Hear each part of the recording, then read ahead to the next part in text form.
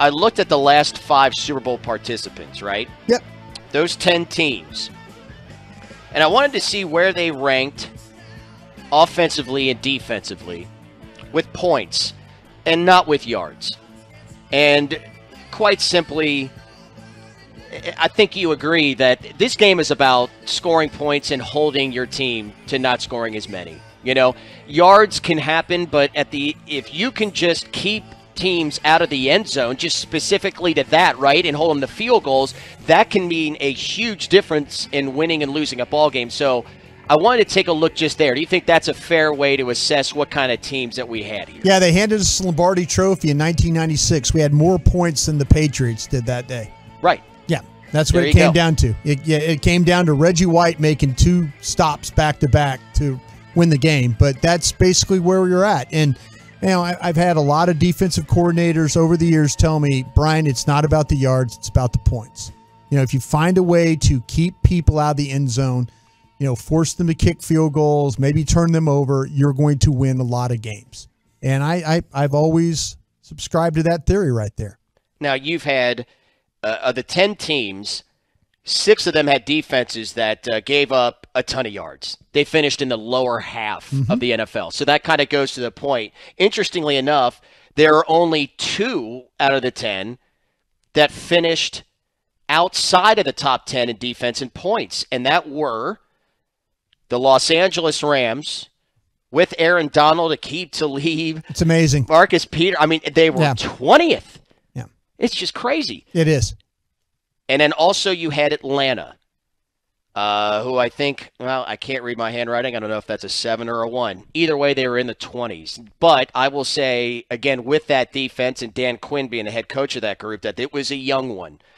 You had a lot of first, second, third-year players on that defense that got exponentially better as that season went on. It was playing really good defense at the end of it. But those are the 2 that were outside the top 10. Okay? The Cowboys right now in 2021 are ranked first in offensive points.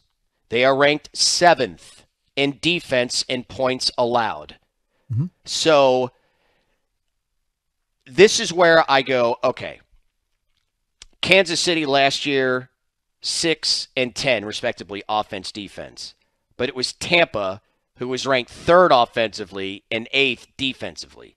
That seems to be right there a formula for having, I mean, you know, obviously, if you're going to have 2 really good teams, that they should be finishing somewhere close in there. It shouldn't come as any surprise as to what I said on these outlier teams in here, right? Right. But when I look at the rest of this NFC top tier, it tells a very different story as to what these teams have been in 2021. I said earlier that the odds to win the Super Bowl, the number 1 team there is Kansas City, with Green Bay being at number 2 just behind them.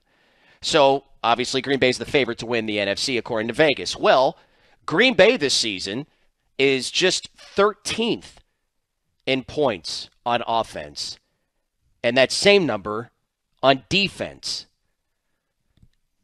It would be the first time that a team had won the Super Bowl being outside the top 10 on offense. Does that surprise you? No, it wouldn't. That they would win, that could win it?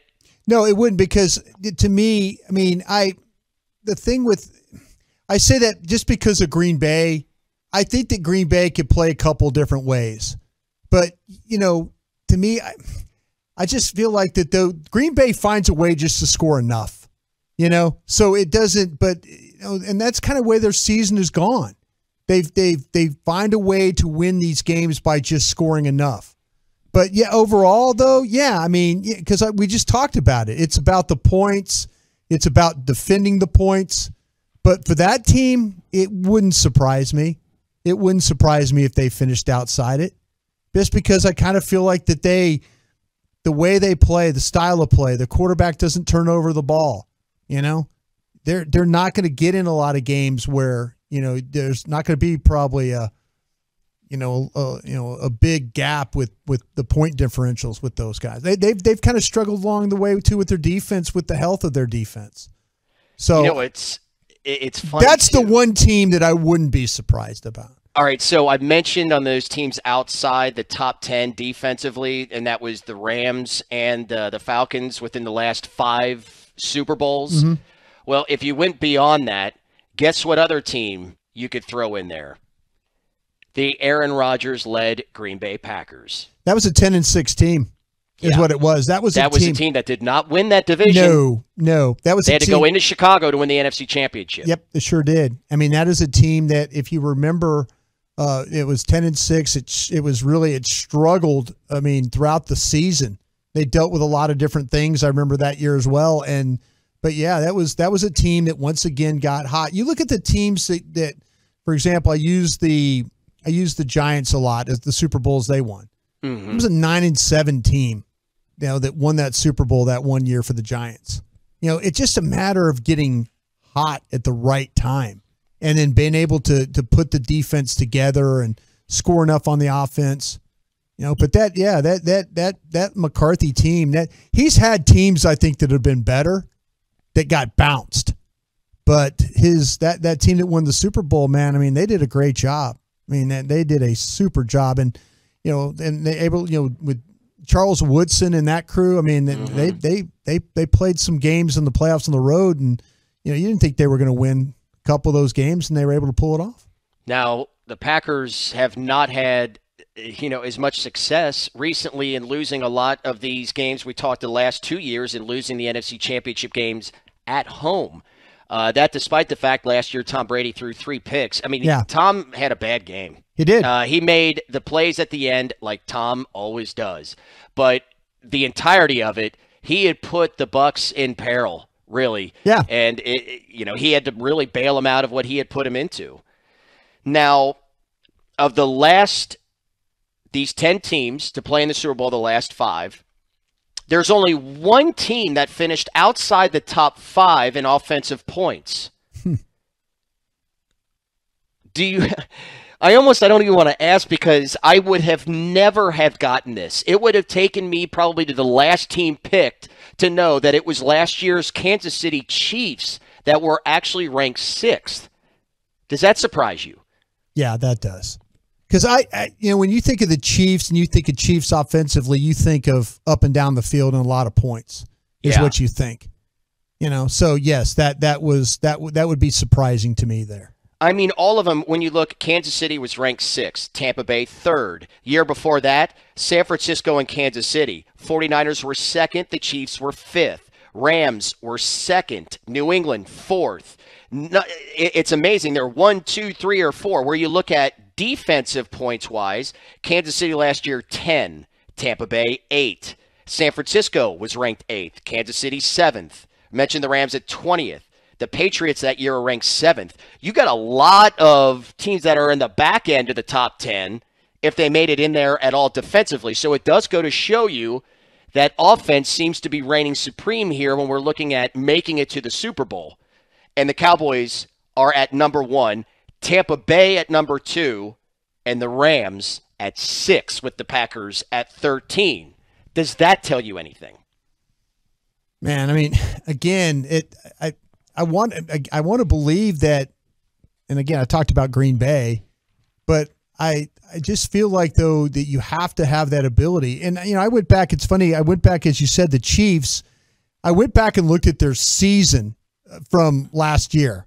And there were several games where they won games 23-20. They won games 26-17. They won a game 22-16. They won another game 17-14. And they lost to the Chargers 38-21. They had a lot of games where they didn't score a lot of points, but they got in the playoffs and they kind of held things together. They only scored 22 points against the Browns in their win. They scored 38 against Buffalo, and then they only scored 9 against the Buccaneers in that game. So, yeah, I mean, I think that was one of those trends that, as you're kind of looking at it, you're saying, well, they offensively, I always thought of the Chiefs as being explosive, but when you go back and look at the scores, it doesn't reflect that. And, maybe that's something, how explosive, those big plays. Are you able to score? Maybe that's when with these teams that are ranked, like we're talking about, 13th or whatever, are they in a lot of tough, tight games? I think knowing my history with the Packers this year, I think they've been in a lot of those games. That's why they probably haven't had the scores they have. I'm glad you brought that up because, okay, why do we go through this? Why do we talk about these numbers and these statistics? Because to me, what is very clear in looking at it is that you're right, Kansas City, explosive. Yeah. But when you compare them to Tampa Bay or San Francisco, their two opponents in the Super Bowl, or say the Rams, the year before that, with Philadelphia, New England, Atlanta, and New England the year before. Those are all top, 4 offenses the years that they went to the Super Bowl. They were a much more balanced team running and throwing the football than I think Kansas City was. And so I think that's one of the reasons when I look at the Cowboys right now, and it's imperative. Look, I'm not going to disagree on the importance of the passing game being much more so than the running game, but I think it is something that you have to have in order to be successful when it comes to the playoffs. And with the Cowboys being number 1 there and number 7 defensively, they're in a better position as to how they play despite the problems they've had in the last month and a half. You think about that and the struggles they've had on offense to still be at number 1 in both points and in yards too, and to where they are, and the balance that they've had with Zeke not running the ball as well as he did early on in the year with Pollard. I think it goes to show you that the Cowboys should be much higher as, with these odds on winning the Super Bowl or getting to it.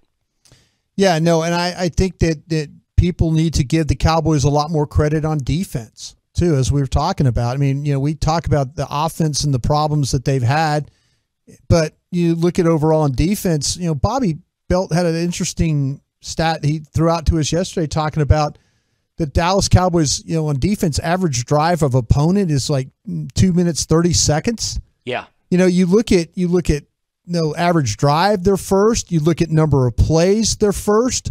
You look at the number of yards, they're third on average drive. You look at points, they're third. That tells you the story right there. That tells you right there because, if you look at the Cowboys offense, they're 12th in the number of plays for average of drive. They're 5th in yards, and they're 13th in points.